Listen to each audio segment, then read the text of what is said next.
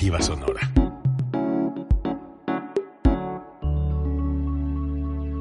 Código Libre.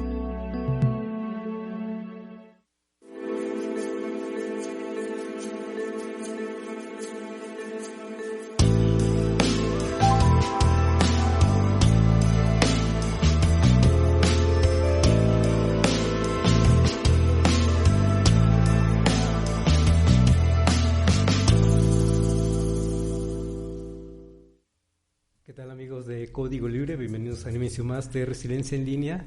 Y hoy tengo el gusto de tener como invitado nuevamente al licenciado José Méndez. ¿Qué tal? Mucho gusto. Muchas gracias, don Carlos Herrera. Muchas gracias por la invitación. Gracias a este canal que está haciendo un trabajo innovador, interesante. Y gracias y saludos a todo el auditorio. Muy amable. Sí, queríamos platicar con usted seguir platicando, porque hace un mes, casi un mes prácticamente. Sí. Estuvimos trabajando también sobre procesos electorales. Estamos en plenas campañas, ya están básicamente arrancando. Exacto. Si tomamos en cuenta que los candidatos empiezan a trabajar desde años antes y no se diga en estos últimos meses, entonces yo diría que ya estamos en ese proceso electoral 2021 y es lo que queremos platicar con usted el día de hoy, por eso lo invitamos. Como especialista de asuntos electorales. Y bueno, le llamamos a nuestro programa de hoy Jugadores y Jueces, también un poquito por la agenda que se dio en esta semana, la agenda pública que se dio en la semana, el INE, pero además hay otras cosas por platicar. Claro. Y si gusta, vamos entrando por este asunto más picante de la semana, que se da el acto de elegir a los candidatos de los partidos. Hoy justamente nos enteramos de otra ronda, digamos, de candidatos, en este caso de nivel local, nivel municipal, en el caso de Michoacán. Ya salieron unos nombres más adicionales a los que ya veníamos conociendo. Se ratifican algunos, en algunos no hay sorpresas. Se dieron los nombramientos como candidatos de personas que se esperaban. Ya también a ver si hay tiempo para platicar de ello. Sí. Pero estamos en este asunto de proceso, en la efervescencia del proceso electoral 2021 en todo el país. Y a nivel nacional, los candidatos a gubernatura, 15 gubernaturas que van a estar disputadas. Y en medio de todo esto, cuando el Morena particularmente tiene a sus candidatos, a los más fuertes dentro de su partido, de sus filas, resulta que el INE, el Instituto Nacional Electoral, decide suspender o cancelar el registro de varios candidatos, sí. Pero además no solo de Morena, sino de otros más. Me parece que hubo una lista de 500 personas. Sí, fue una lista muy amplia entre candidatos a gobernador, diputados, ajá, diputados y senadores y hasta presidentes municipales, ¿no? Sí, y llamó la atención la de estos dos candidatos a gobierno, porque además uno de ellos, en medio de un debate nacional, el de Guerrero, el candidato de Guerrero, Félix Salgado Macedonio, por lo que ya se sabe públicamente, también si se da la ocasión podemos estar platicando hoy, pero decide el INE cancelar el registro de estos dos personajes. Bueno, uno, Félix Salgado Macedonio de parte de Guerrero, y el otro, el de candidato por Michoacán, también de Morena, en este caso el señor Raúl Morón Orozco, si no me equivoco. Ajá. Exacto. Y entonces vienen las impugnaciones y para empezar es que esta es la principal razón de por qué le llamamos a nuestro programa Jugadores y Jueces. Vamos a abordar otros temas, pero justamente este punto álgido en la agenda nacional fue el que le dio el nombre. Exactamente. Pues bueno, nosotros venimos de una historia una historia electoral en la que en una época contábamos con árbitros electorales un poco endebles. Uh-huh. Prácticamente intervenía la clase gobernante como árbitros electorales. Si nos regresamos, por ejemplo, a 1824, cuando se organizó la primera elección y que se emitió una ley, que fue la primera en 1824, esta se organizaba a través de unas juntas computadoras, uh-huh, juntas primarias, juntas secundarias, juntas de estado, donde intervenían los vecinos, pero eran coordinadas por lo regular por los presidentes municipales. Uh-huh. Y de allá viene ese antecedente en el que los presidentes municipales pues eran el mandamás en el pueblo, porque incluso hasta las elecciones federales intervenían. Uh-huh. Después se fue modificando aquello y se crearon juntas computadoras Llegamos a este siglo y se creaban, había unas juntas computadoras, juntas municipales, juntas de carácter digital, juntas de carácter federal, donde los presidentes de las casillas formaban parte de la junta y eran coordinadas por el alcalde, el presidente municipal. Cuando pasamos al proceso de la nueva Constitución de 1917 fue algo similar, pero hubo un cambio hasta el año de 47-48, cuando se emitió una nueva ley en la que buscaron federalizar los procesos electorales y se creó una Comisión Nacional de Vigilancia Electoral. En esa Comisión Nacional de Vigilancia Electoral intervenía de manera completa el recién creado Partido Revolucionario Institucional y su clase gobernante. Es decir, el presidente de la República nombraba al presidente de la Comisión Nacional Electoral o Comisión Nacional de Vigilancia Electoral. El secretario era un representante del presidente de la República. Había 15 integrantes del PRI, un representante del PAN y había un representante de otros 2 partidos pequeños. Entonces estábamos hablando de que ese sí era un órgano electoral partidizado. Ajá. Las decisiones la tomaban ahí un partido que era hegemónico, que tenía prácticamente el control de la elección. Y por eso se le llamaba partido de Estado. Partido de Estado, ¿no? Era un sistema de partido hegemónico, pragmático, no competitivo. Entonces, obviamente sabíamos de que en aquel entonces, si no ganaba la elección, la arrebataba, ¿no? Esa era la verdad. Y que incluso se podíamos decir utilizando la apología del partido de fútbol, si estábamos en una cancha y había 2 equipos, bueno, pues uno de los equipos era un equipo muy robusto, que era dueño del balón, era dueño de la cancha y además era dueño del árbitro. Y por lo tanto, ese diseño constitucional y de ingeniería legal para la conformación de ese órgano electoral llevaba la idea de que esa fuerza política nunca iba a competir en las elecciones, siempre las iba a ganar. Y si no ganaba, las podía arrebatar. Entonces de ahí luego pasamos a la denominada Comisión Federal Electoral, todavía en el gobierno de Miguel de la Madrid, con el Código Federal Electoral de 88, en donde se generó, por cierto, en aquella elección el famoso shock electoral, ¿no? Aquel escandaloso fraude. Y entonces llega un nuevo gobierno, el de Carlos Salinas de Gortari, y el nuevo gobierno lo que buscaba era legitimarse. Y entonces presenta una propuesta. Ahí lo que hizo, a diferencia de los anteriores, es no presentar la propuesta directamente al Poder Ejecutivo, sino dejar que fueran el grupo parlamentario de su partido, no directamente, ahora el grupo parlamentario, el que presentara la iniciativa, y fue que surgió el famoso Código Federal de Instituciones y Procedimientos Electorales, el denominado COFIPE, y que se creó precisamente el Instituto Federal Electoral después de esa reforma de 1990. Después hubo otro tipo de reformas en donde se fue poco a poco perfeccionando hasta que llegó al extremo de la ciudadanización. Se creó un IFE muy prestigiado con la llegada de José Walter de Karakovsky y otros consejeros electorales, y bueno, de ahí hacia adelante hemos tenido un órgano electoral pues que se le ha ido perfeccionando, y en donde la sombra de la sospecha hacia el órgano electoral pues se ha tratado de diluir cada vez más, precisamente porque se han establecido mecanismos en la ley en donde todos los partidos, todo lo que se hace en el órgano electoral está a la vista de los partidos. Todo se hace, nada es discrecional. Después, con la reforma que se promovió en el gobierno de Zedillo, la de 1996-97, que se otorga financiamiento público a los partidos, ahí se llegó al secreto fundamental. El secreto fundamental para que pudiera existir alternancia o que los partidos pudieran tener todas las mismas posibilidades de llegar al poder era a través del dinero, ¿no? Y entonces se aprueba el tema del financiamiento público, que ahora de repente algunos cuestionan mucho, y eso permitió esa primera elección donde hubo alternancia política en México.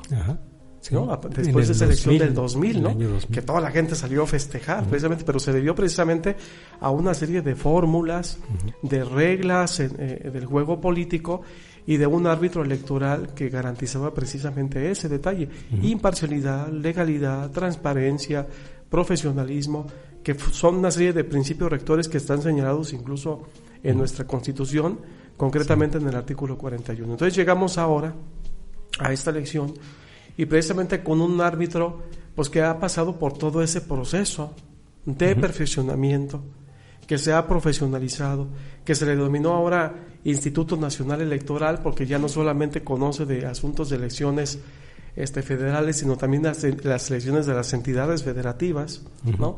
Que eso es otro punto, porque a mi juicio como abogado creo que hay una vulneración a la soberanía interior de los estados.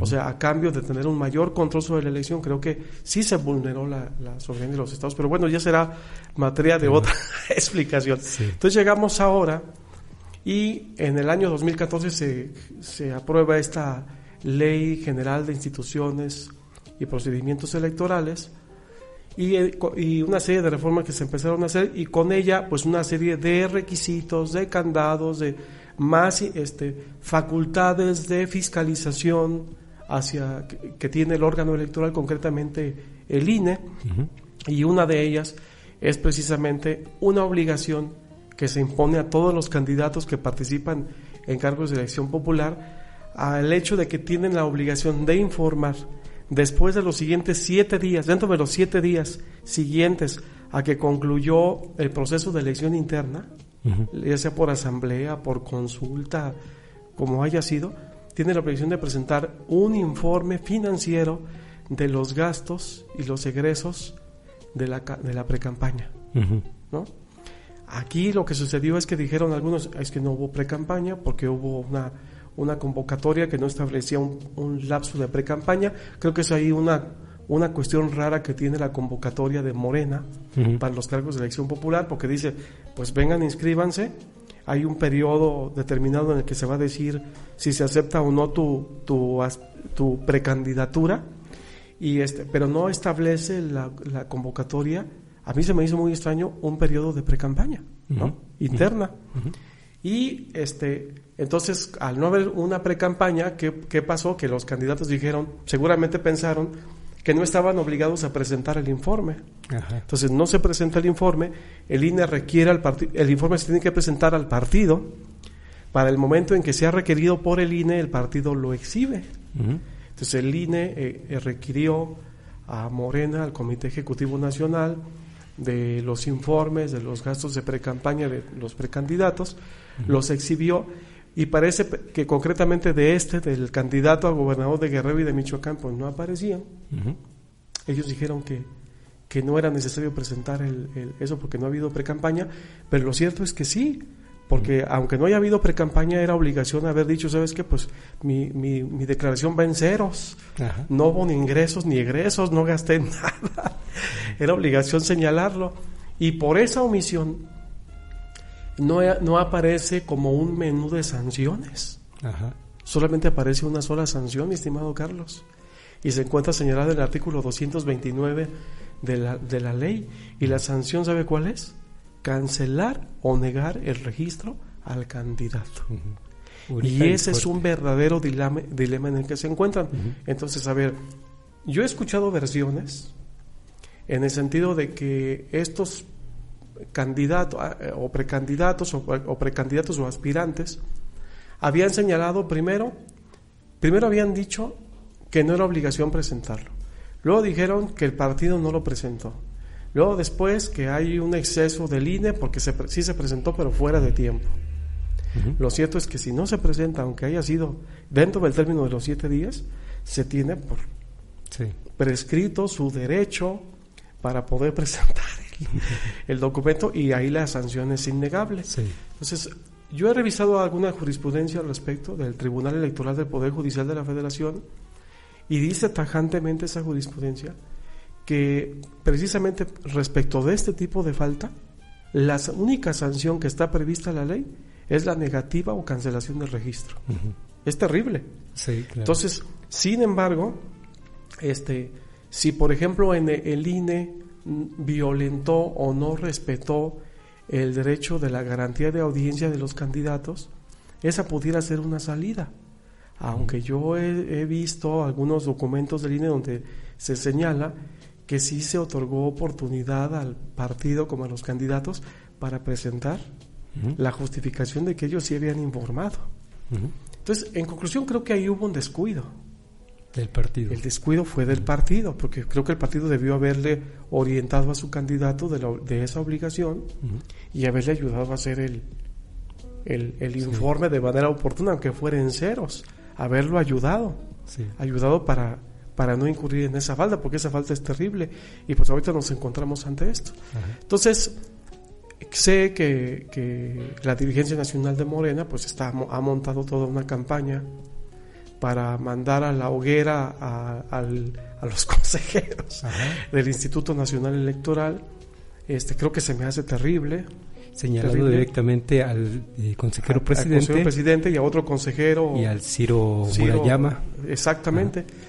Y entonces creo que se me hace un exceso, porque creo que además aparece en la antesala un procedimiento sancionador contra el dirigente nacional, precisamente por algunas irregularidades que se detectaron en el proceso de selección interna de él como líder nacional.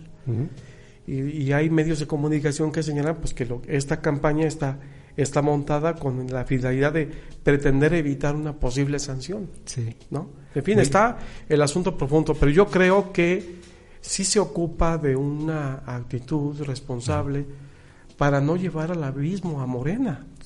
Porque creo que una estrategia de confrontación con el árbitro electoral, cuando el árbitro electoral lo único que está haciendo es ejercer sus funciones, está haciendo su trabajo, aplicando la ley, porque nada se está inventando, creo que ahí, desde el punto de vista jurídico, pues el perdedor sí sería Morena. Son sus candidatos que fueron sus cartas fuertes para competir, y eso pues puede traer consecuencias políticas. Entonces, yo creo que además aquí aparece otra lección muy importante, una especie como de luces rojas para los candidatos de todos los partidos, en el sentido de que tienen que estar muy alertas con el calendario electoral, ¿no? Y con las obligaciones que impone la ley a cada uno de ellos para que ocurren no solamente para registrarse, sino con posterioridad al registro, como es en este caso, ¿no? Sí. Pues muy completo todo el recorrido que nos ha dado, toda la explicación de cómo es que surge el INE, también haciendo esa memoria histórica. Todavía en el finales del siglo XIX, los gobernadores, o más bien, los gobernadores eran los que designaban a los diputados, que eran los representantes de la población en la Cámara o en el Congreso. No, incluso el presidente de la República mismo. Es decir, nosotros teníamos un régimen legalmente llamado sistema presidencial, pero realmente era presidencialista. Presidencialista porque había una hipertrofia en las facultades del presidente, o como dijeran algunos constitucionalistas, había una serie de facultades constitucionales, o que estaban señaladas en la Constitución o al presidente de la República, pero había otras facultades que no estaban previstas en la Constitución y que lo hacían a él hacerse en un ente superior. Por ejemplo, el hecho de que el presidente pues prácticamente tomaba la decisión de quién iba a ser el candidato de su partido a la presidencia de la República, y con ello decidir quién iba a ser su sucesor. Por eso cuando algunos analizaron el sistema político mexicano dijeron, bueno, es que México se caracteriza por ser una monarquía sexenal transversa. Caray, monarquía porque el presidente era el amo y señor de este país. Su limitación es que era sexenal, o sea, por fortuna no era vitalicia, y era transversa porque el presidente no dejaba a su primogénito o a su pariente más cercano, sino al mejor de sus amigos o colaboradores. Entonces, exactamente eso sucedía, eso bajaba en escalera hacia el nivel de los estados, ¿no? Los gobernadores también más o menos ejercían ese tipo de facultad, y eran casi los que iban a decidir quién iba a ser candidato a diputado y a presidente municipal, y quién iba a ser incluso candidato, y quién iba a ser más bien presidente municipal y diputado local en sus respectivos estados. Y luego también recuerdo en el 91, en el lejano 91, para nuestros amigos muy jóvenes, los millennials, no se diga, 91 estaban levantando el padrón electoral y le tocó ser director del IFE, entonces IFE, a Emilio Ochoa Ifet, al entonces secretario de Gobernación, que era una de las dolencias que tenía el entonces Instituto Federal Electoral, porque precisamente el Instituto Federal Electoral estaba presidido por el secretario de Gobernación, que era terrible. Entonces no estaba independiente del Poder Ejecutivo, y nombraba una serie de consejeros, pero le llamaron consejeros magistrados, que tenían que ser abogados, pero por lo regular eran gentes que tenían nexos con el PRI. Entonces ese primer IFE fue un órgano compuesto con muchas dudas. Ajá. Y hubo muchas presiones de partidos de oposición, de la izquierda como de la derecha de este país, que lo que buscaban precisamente eran reglas claras en el juego político y un árbitro que fuera imparcial. Esa era la idea. Sí. Entonces, cuando se hizo esa reforma, después se acuerda de lo que pasó en Chiapas con Marcos, se promovió una reforma para incentivar la ciudadanización del órgano electoral. Ajá. Y a raíz de ahí se generó una nueva composición del IFE. Sí. Y fue que surgieron gentes verdaderamente intachables y que son pues unas verdaderas figuras en la historia de la institución democrática de este país, que es precisamente el Instituto Federal Electoral. Y al respecto, en esos 90 sucedieron cosas interesantes para la vida democrática del país. Iba a decir consolidación, pero este fue un proceso que no se consolida, no se termina consolidando lamentablemente. Exacto. Lo que estamos viendo ahora es justamente eso, que todavía no se consolida, como para que no haya dudas de que el INE ahora está haciendo su papel de manera imparcial. Siguen habiendo esas dudas y con ello entonces todavía falta concretar ello. Creo que aquí hace falta también el tema de la madurez de los competidores. Ajá. Morena hace unos cuantos años era una minoría política. Uh-huh. De repente, en virtud de la enorme inconformidad que fue generalizada la de la gente hacia una clase política y sobre todo a la alternativa que representaba Morena, es que sucedió algo que no estaba previsto. Es más, ni lo detectaron las encuestas, ¿no? Uh-huh. Que fue una verdadera aplanadora, una avalancha, un huracán electoral en el 2018 y que generó todo esto que nosotros vivimos. Uh-huh. Entonces creo que hace falta como algo que tiene que ayudar a que Morena de alguna manera madure en esa parte, sí. Que no traiga esos viejos vicios de la izquierda que tuvo la izquierda mexicana en la década de los 90, que era puro cuestionamiento y dudas sobre el órgano electoral, porque además algo muy interesante, gracias a este órgano electoral del que están dudando, este órgano electoral legitimó esa elección. Uh-huh.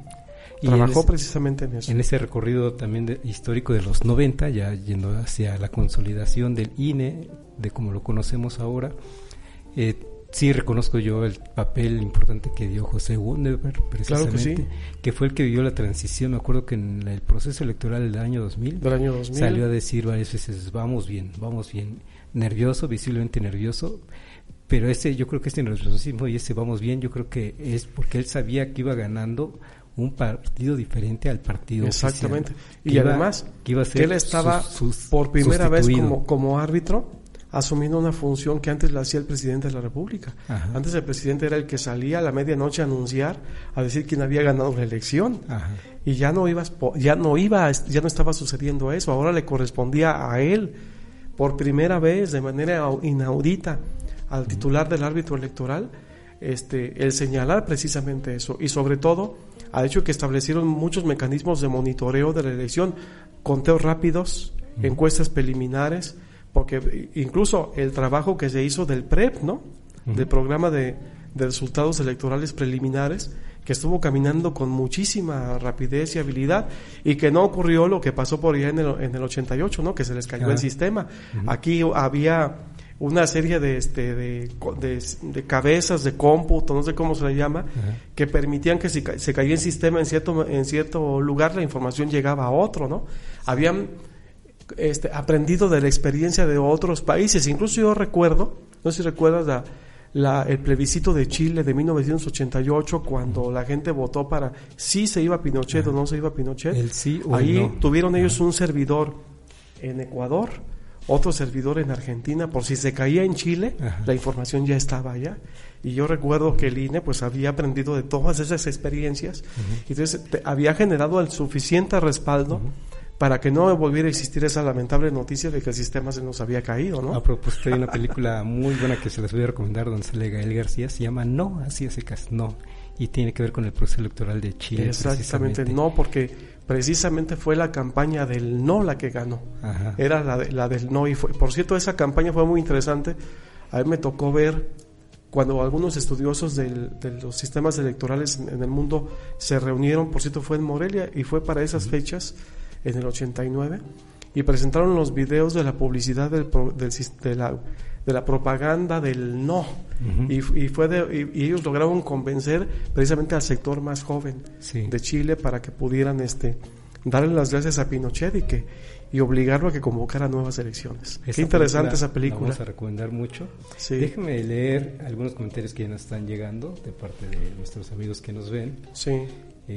Dice Moisés Gutiérrez: considero que el error fue por parte del partido, seguramente se refiere a Morena, ya que omitieron esa parte del tabulador de gastos de pre-campaña. Lupita Castillo manda saludos a Lupita. Moisés también comenta: básicamente el presidente tenía las facultades que no, es que aquí de repente me brinco una ventana, que no le correspondían. Es también referente a lo que está comentando usted. Sí. El presidente en lo general, digamos, esta figura presidencialista. Sí. Yo aquí francamente creo que hay un descuido del Comité Ejecutivo Nacional de Morena, de su dirigente nacional, y pareciera como que dejó a algunos candidatos en estado de orfandad. Uh-huh. Sí, los dejó solos. Y ahí creo que es un tema de responsabilidad política. Y la responsabilidad política, esos platos rotos creo que no es ni siquiera ni razonable ni jurídicamente sostenible que los pague el órgano electoral. Ajá. Sino esta es una omisión del partido, ¿no? Sí. Ahora, en esto del asunto de la ley y aplicar la ley, yo soy de los primeros en decir que se aplique la ley. Y si se da este caso en donde de veras aguantan, como se dice popularmente, si aguantan vara, no el INE, porque el INE ya dio su veredicto de cancelar ese registro, si aguanta vara nuestro sistema, en este caso electoral, porque después va recuérdame el nombre del Suprema, los recursos que hay que presentar ante el Tribunal Electoral del Poder Judicial de la Federación. Y si ahí no queda conforme lo que resuelve el Tribunal Electoral, después se puede ir a la Suprema Corte de Justicia. No se va a la Corte. De hecho, tiene instancias. El Tribunal Electoral se va a Sala Regional. Uh-huh. Y en su caso al Consejo, a la Sala Superior del Tribunal Electoral del Poder Judicial de la Federación, porque curiosamente cuando se hizo esa reforma en el 97-98, el Tribunal Electoral se creó como si fuera una corte chiquita dentro del Poder Judicial. Ellos no son revisados por la Suprema Corte. Okay. El órgano revisor supremo del Tribunal Electoral es la Sala Superior. Y entonces pongamos que aguanta vara nuestro sistema electoral, que el Tribunal Electoral también ratifica la medida del INE y que quedan fuera estos dos, por ejemplo, y entre otros más candidatos, o posibles candidatos o virtuales candidatos. Y que eso sería sumamente lamentable. Sería, a fin de cuentas, sería como que, a ver, estas son las reglas en adelante y todo el mundo las respeta. Y de hecho estas reglas del juego las conocían estos señores porque incluso fueron senadores. Uh-huh. Y ellos aprobaron esa ley general de instituciones y procedimientos electorales en el año 2014 cuando eran senadores. Conocían la regla. Uh-huh. Se supone que la conocían.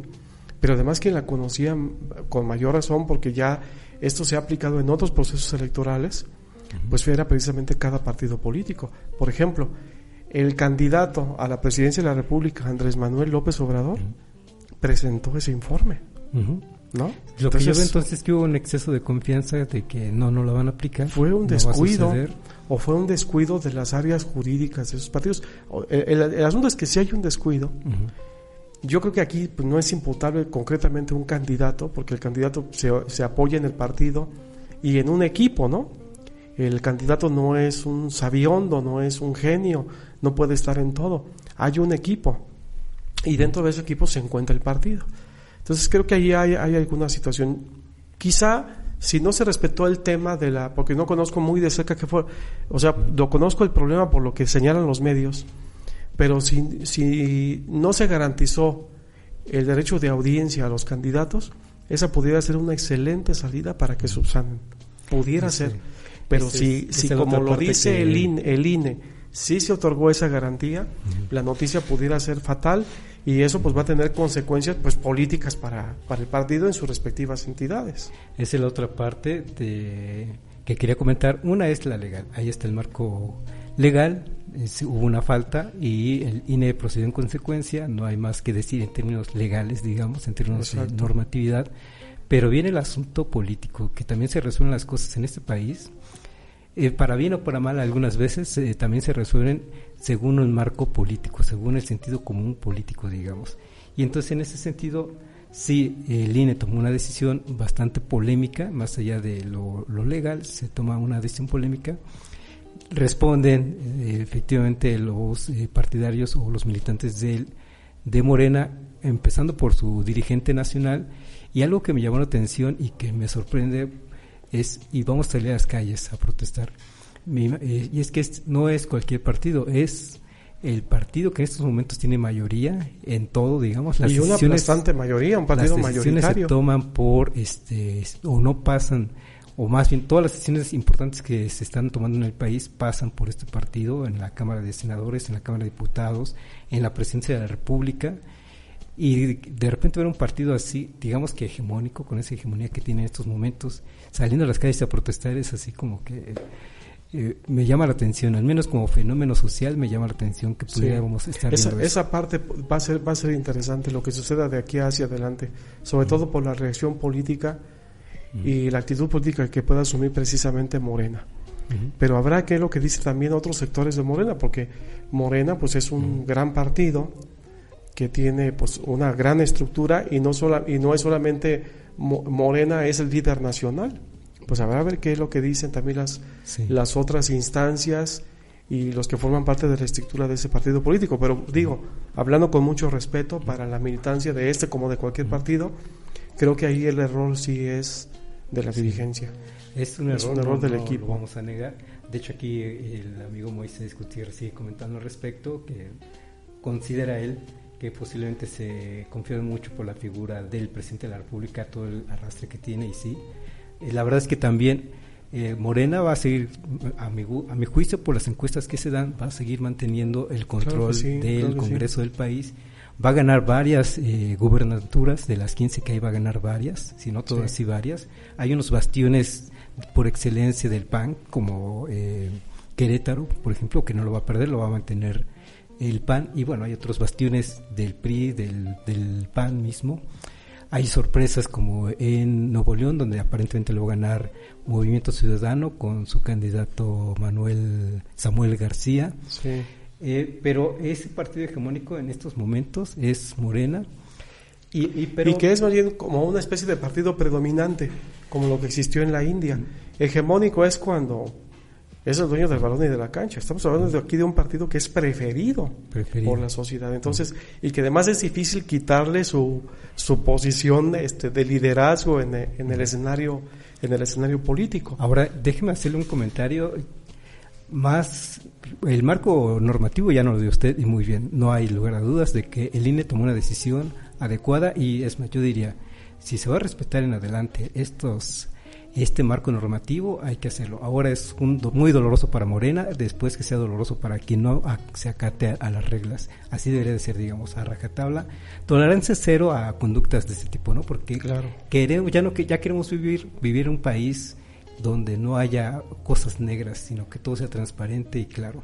Entonces, en ese sentido, si va a aguantar vara el sistema electoral mexicano, adelante.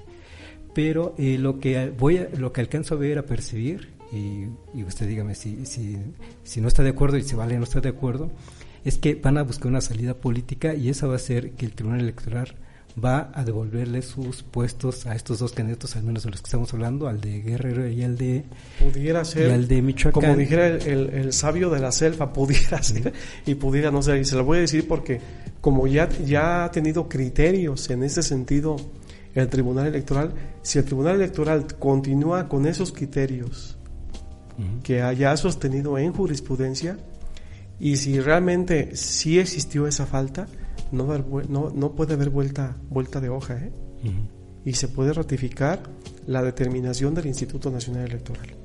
Entonces ahí yo creo que pues ahí se va a enfrentar a pared el propio partido, y no convendría entrar a una confrontación con las instituciones electorales de este país, porque además en pleno proceso electoral no podemos hablar del cuestionamiento a la autoridad electoral cuando tú mismo estuviste trabajando en el diseño constitucional de la norma electoral, de las reglas del juego y el diseño del árbitro, el árbitro que querían.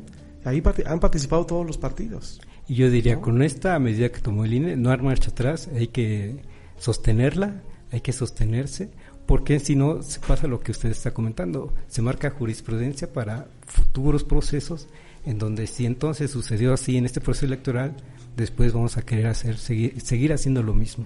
Exacto. Y bueno, entonces deberíamos de estar sosteniendo nuestras decisiones hablando como instituciones. Y sí, el INE ahora es una institución, hay que cuidarla, digamos, que sí tiene un pasado oscuro también, pero no como INE. Hay un pasado oscuro en los procesos electorales de este país, pero tenemos ya más de 20 años en el que la historia del árbitro electoral ha sido prácticamente otra. El árbitro electoral en su momento hizo lo que la ley le estaba señalando. Y a lo que me refería, o lo que iba a decir, es que hay un pasado negro que así lo percibe la sociedad, porque este país es también de percepciones, y entonces, si le preguntamos en estos momentos en una encuesta, ¿el INE es corrupto? Seguramente saldrían perdiendo los del INE, porque así solemos contestarnos, sí, el INE es bien corrupto. Vamos, la razón en el ambiente público, en unas encuestas públicas de opinión, la razón se la van a dar, en este caso me parece, a Morena, de que es el INE quien está obrando de mala fe. Y por eso digo, no hay, si ya se tomó esa decisión de parte del INE, yo creo que no hay marcha atrás que se debe sostener, porque si no, entonces volvemos otra vez como que 2 pasos para atrás. Hablando ya como en cuanto a todo el sistema electoral y todo el sistema político mexicano. Claro que sí. Pues vamos a ver cómo se pone esto. Suena realmente interesante, porque más allá del tema legal, pues está el elemento político que camina en función de todo esto, ¿no? Y más porque incluso el presidente ya ha entrado también al tema de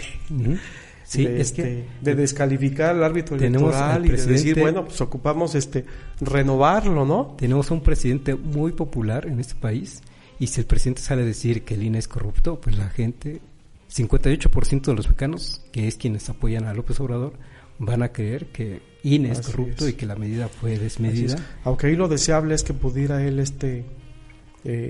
moderar un poquito eso, actuar con un poco más de prudencia, precisamente porque, bueno, en el fondo realmente el problema no es el árbitro electoral, ¿no?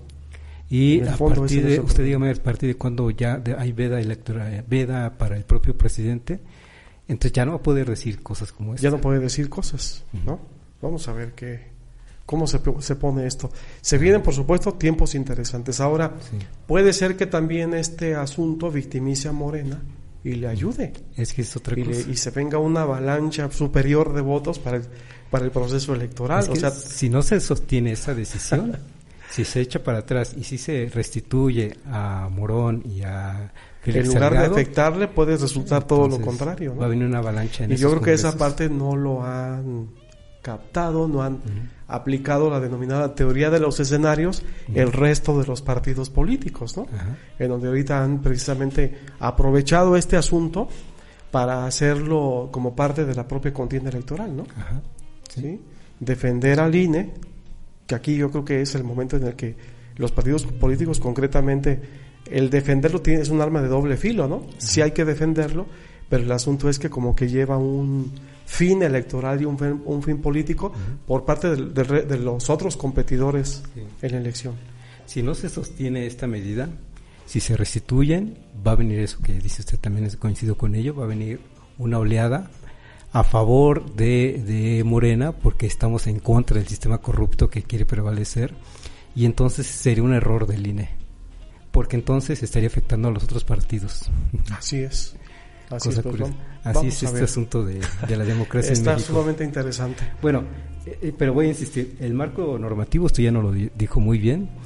La cosa es que en México el marco político también tiene su juego, también su rol. Cuenta mucho. Y bueno, nos detuvimos mucho en este tema, básicamente todo el programa. Me gustaría que también comentáramos en estos últimos 12 minutos del programa.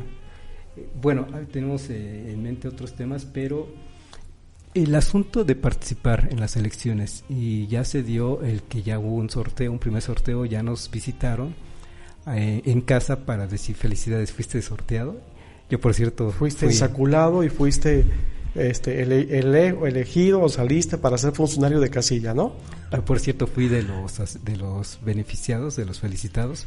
Sí. Pero si nos puede platicar un poco para los amigos que también les tocó ser sorteados, favorecidos, bendecidos por este sistema político mexicano, ¿qué es lo que les espera? ¿Participar o no participar? Porque estoy escuchando que no quieren participar, al menos la persona que me visitó en casa dice, es que no quieren participar. Pues una elección no puede caminar sin el órgano electoral más importante que hay el día de la elección. El más importante es precisamente la mesa directiva de casilla, que es un órgano electoral compuesto por ciudadanos, no están pagados, no forman parte del servicio profesional electoral del instituto, sino que se da a los ciudadanos el poder de poder estar al frente de una casilla para recibir el voto, para garantizar el derecho de los ciudadanos a elegir gobernantes y para garantizar la autenticidad precisamente del sufragio y la seguridad del sufragio. Es un papel muy importante. Entonces, el trabajo que se hace en la casilla es medular para el éxito de cualquier tipo de proceso electoral. Yo sé que ahorita estamos atravesando el problema de la pandemia. Y creo que el propio INE está estableciendo una serie de parámetros que va a tener incluso su material electoral a efecto de prevenir en la mayor medida posible que haya infectados ahí. Incluso encargaron al propio Instituto Politécnico Nacional una tinta indeleble que es así como si fuera un gel antibacterial, que tiene los efectos de un gel antibacterial, ¿no? Se va a dotar a las mesas directivas de casilla pues el equipo suficiente de entre mascarillas, caretas, gel antibacterial, lo mismo para los ciudadanos que vayan llegando, a fin de garantizar precisamente que en el proceso electoral no vaya a haber contagiados, ¿no? En las propias urnas no vaya a haber contagiados. Entonces se están tomando todas esa gran cantidad de medidas. Los ciudadanos, sé que muchos incluso hablaban de que hay que suspender la elección porque no estamos en condiciones, pero comentábamos incluso fuera del aire hace un momento de que en nuestro país nunca, en toda la historia que llevamos como nación independiente, nunca se ha suspendido una elección. Y es algo para llueve, truene, relampaguee, haya habido balazos, haya habido un proceso revolucionario, haya habido lo que ha pasado, tempestades, en nuestro país nunca se han interrumpido las elecciones. Y entonces no se interrumpen porque aquí hay algo muy importante. Se tiene que privilegiar un derecho sagrado, superior de los ciudadanos, que es el derecho de votar y de ser votado. El derecho de elegir gobernantes. Entonces eso no se puede suspender. Entonces en virtud de eso, pues se va a llevar la elección conforme está los cánones señalados en la propia legislación electoral. Creo que aquí lo que faltó es haberle metido mano a la legislación mucho antes para poder haber logrado que esta elección se hiciera de manera electrónica. Pero, porque en el interior no hay condiciones ahorita para celebrar una elección electrónica. Se va a hacer algunos ejercicios en algunas zonas del país, pero no hay ni la infraestructura ni el dinero suficiente para poder organizar un proceso electoral en el que el ciudadano vote desde su teléfono celular o desde su computadora y en su casa y listo, sin el peligro de exponerse al contagio. Entonces, en virtud de eso, la elección se tiene que celebrar así, con mesas directivas de casilla, y entonces es muy importante la participación de los ciudadanos en ese proceso electoral. Es que si pensamos en casos exitosos, digamos, de procesos electrónicos, los bancos que llevan sus aplicaciones para entrar al banco, y ya todo mundo que tiene una cuenta bancaria básicamente hace sus movimientos por su aplicación, por el teléfono. Solo que sí pienso que puede ser muy costoso. Este es un asunto de legislación, es un asunto, se debió haber establecido los parámetros en la ley electoral para haber previsto, en el caso de que hubiera una contingencia, una pandemia, que el INE organizara la recepción de la votación a través de un sistema como y que hubiera mecanismos de vigilancia, y además porque Una casilla es un gran órgano donde no solamente están los funcionarios de la casilla, el presidente, el secretario y los escrutadores de la casilla, sino además participan todos los representantes de los partidos políticos y participan observadores electorales, ¿no? Y está ahí además participando la sociedad, los ciudadanos que acuden a votar. Entonces estamos hablando de es una complejidad hablar de la propia casilla, y creo que esa parte no estaría debidamente garantizada en un sistema electrónico, ¿no? En los Estados Unidos, como allá no hay tanto nivel de desconfianza, pues allá la gente ha votado incluso de manera electrónica. Utilizan por ahí unas fichitas donde creo que me tenían una tarjetita y algo sucedía, ¿no? Ajá. Es que a veces no dimensionamos el esfuerzo, pero usted lo dijo, se les va a dar mascarillas a los funcionarios públicos, a los funcionarios, a todos los integrantes de la casilla, pero también a las personas que vayan a votar. Si en ese momento no llevan cubrebocas, se les va a dar, y multipliquemos ese gasto, va a ser también millones de pesos que se van a gastar. Es mucho dinero que se va a gastar. De hecho, esto ha hecho que la elección sea más cara. Ajá. Concretamente para la operación de la mesa directiva de casilla. Sí. Ese ha sido un gran desafío para un órgano electoral como este, que además no solamente el órgano electoral se ocupa ahora de convocar a la elección, de que participen los candidatos y de contar votos, sino además ha estado revisando otros detalles, ¿no? Sí. El tema de la equidad de género, que grupos vulnerables tengan acceso al ejercicio del voto, los grupos, por ejemplo, LGTB, bla, bla, bla, todos ellos también, sí. Los migrantes, ¿no? Las mujeres, que se respete el derecho, el interés superior del menor en el proceso electoral, una serie de cosas. Se ha vuelto cada vez más complejo el proceso electoral. Hemos obligado al órgano electoral a ser más profesional en ese sentido, y la verdad creo que, lo digo acá entre nos, yo creo que van a terminar muy avejentados los que están al frente del órgano electoral, porque realmente sí están trabajando mucho. Están trabajando mucho. Sí, este proceso además que se van a elegir muchos cargos a nivel municipal, a nivel estatal y a nivel federal. Y a nivel federal, sí. Concurrieron las elecciones, y sobre todo algo interesante, con motivo de esta elección, como se junta la elección federal con elecciones estatales, resulta de que la ley prevé que solamente debe haber una casilla, es una casilla única. No habrá una casilla para recibir los votos de la elección federal y otra casilla para recibir los votos de la elección estatal. No, será casilla única. Y eso vuelve todavía más complejo, porque todos los cómputos que se van a hacer ahí en esa casilla, de la elección de diputados, de la elección de gobernador, de la elección de diputados locales, la elección de ayuntamientos, o sea, van a ser varios cómputos, porque van a recibir votos de cada uno de esos procesos electorales. Licenciado, nos quedan unos minutos, 4 minutos. Sí. Por ahí les agradecemos mucho todos sus saludos. Muchas gracias a todos. Moisés ha estado muy activo. Pero también nos manda saludos Malintzin Jiménez, mucho quien, gusto, déjame decirte, Malintzin, que me pusiste muy nervioso en cuanto vi que estás conectada. Pero me gustaría comentar algunos datos de la encuesta de México Elige, nada más para que el público vaya viendo cómo va el proceso en estos momentos. Sí. El gobernador por Querétaro pues va ganando el PAN con 65% de preferencia. El candidato en este caso es, a ver, lo tengo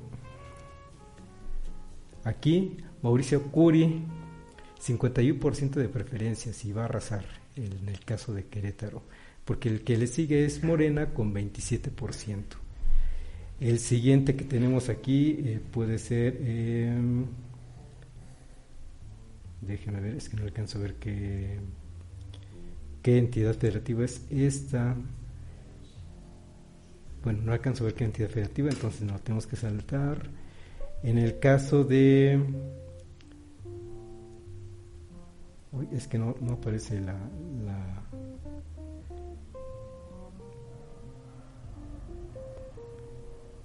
la entidad federativa. Sonora, aquí se aparece Sonora, y aquí se lo va a llevar la alianza Morena, Verde, PT y Nueva Alianza. Se lo va a llevar con 43% tal parece, y aquí ya es un conocido por todos los mexicanos, con Alfonso Durazo, que era hasta hace poco secretario de Seguridad Pública.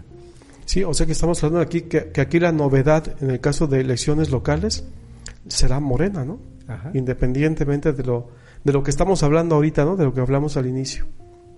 Son varios que va a estar ganando Morena, pero también varios que va a estar ganando el PAN, pero tal parece que Morena va a mantener el control del Congreso del país y además se va a hacer de más gobernaturas estatales.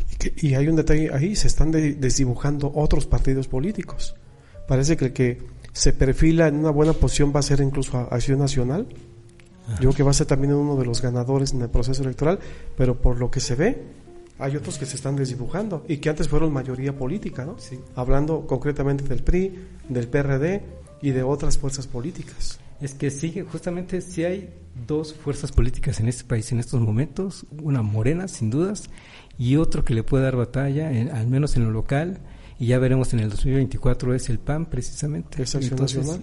Tal parece que no le queda a la oposición en estos momentos más que ir trabajando una alianza para el 2024 y que le va a encabezar el PAN precisamente. Y además una enseñanza muy interesante, que la oposición para poder ganar elecciones necesitan cambiar su discurso. Uh-huh. Es decir, ese discurso que han sostenido de estar atacando y poniendo en el blanco de sus tiros al presidente de la República en todo, vigilar sus movimientos, siempre ver lo malo de las acciones, aunque tengan la aprobación de la sociedad, eso al parecer no les está favoreciendo, porque lo que está pidiendo la ciudadanía es una oposición no crítica, sino una oposición propositiva, alguien que ofrezca algo mejor, ¿no? Uh-huh. Que tenga mejores propuestas y que no solamente se dedique a destruir y a descalificar lo que está haciendo el gobierno en turno. Uh-huh. Allí hay una gran enseñanza, ¿eh? Sí, claro. Y otros países de América Latina han vivido así, por ejemplo, en el caso de Venezuela, pero que no tenemos ningún punto de comparación de Venezuela, pero ya se hizo fuerte el partido en el poder, precisamente porque los partidos opositores fueron incapaces de poder superar en propuestas al partido que estaba gobernando. Uh-huh. Y eso ha pasado también en la India. Uh-huh. Entonces, ahí hay mucho ojo para que los partidos políticos también aprendan de este proceso electoral, claro, ¿no? Claro. Bueno, licenciado, pues se nos acabó el tiempo. Lo voy a agradecer mucho muchas que gracias. haya estado aquí. Al Fue contrario, muy ilustrativo toda la explicación paso a paso que nos dio. Muchas sobre gracias. El marco normativo, sobre yo diría que una invitación a que participemos en el proceso electoral 2021, tanto como votantes como funcionarios de casilla, si es que nos toca. Sí. No podemos no votar. Además, usted lo dice muy bien, debemos de sentirnos, yo creo, orgullosos de que en ningún momento se han detenido las elecciones en el país. Así pues es. hay que mantener esa racha pese al COVID. Dijo en la mañana una chica que es fotógrafa que se la pasó, visitando 30 hospitales COVID en México, fotografiando estas escenas tan dramáticas. Dice que le conmovió y me transmitió esa emoción que ella manifestó.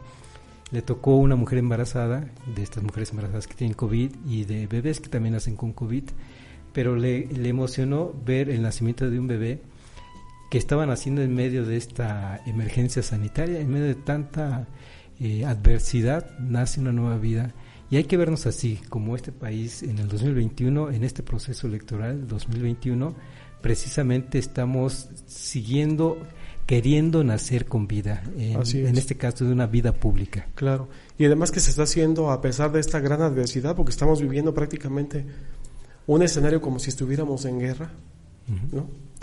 Estamos viviendo momentos de economía de guerra por las condiciones que está generando la pandemia, y no solamente México, sino todo el mundo, y que a pesar de ese escenario de guerra uh-huh. que estamos viviendo, perdón utilizar ese término, pero las instituciones electorales y todos los que participan en el tema electoral, hasta los partidos políticos, están haciendo su papel, ¿no? Sí.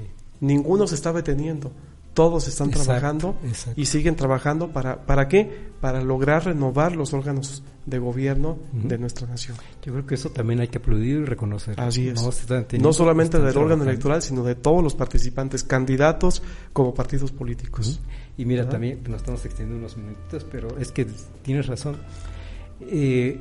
También vimos cómo es que hubo un escándalo porque en el Congreso, senadores y diputados, había contagios, y es que no hubo responsabilidad, pero es que también mi reconocimiento a todos ellos que no se detuvieron para trabajar, e incluso salieron afectados, y también ya hubo por ahí unos legisladores muertos, pero es que no se puede detener este proceso. Hay procesos que no se pueden detener. Hay asuntos de gobierno urgentes, prioritarios, que no se detienen, y entre ellos el tema legislativo y ahora el tema de las elecciones. Sí. Y en este caso a todos nosotros, por ejemplo, algunos nos mandaron a nuestras casas. Ajá. A ellos no los podían mandar a sus casas porque tienen que trabajar. Y ahorita todos los que están metidos en el tema electoral y tema político no se pueden rajar. Tienen que estar al frente del campo de batalla, por decirlo de esa manera, para lograr que se dé esto, la renovación de los órganos de gobierno, de los estados y obviamente de la Cámara de Diputados del Congreso de la Unión. Muy bien, pues gracias. Al contrario, don Carlos, muchas gracias. Si deja usted, lo volveremos a invitar. Con muchísimo gusto. Porque este tema no apenas empieza. Da para más, así es. Muchas gracias. Pues gracias al licenciado José Méndez, especialista en asuntos políticos. Como siempre, gracias allá a Jaime, a Felipe y a Gerardo. Muchas gracias a todos. Nos tienen mucha paciencia. Gracias a todos ustedes que nos estuvieron viendo y mandando sus comentarios. Y nos vemos la próxima.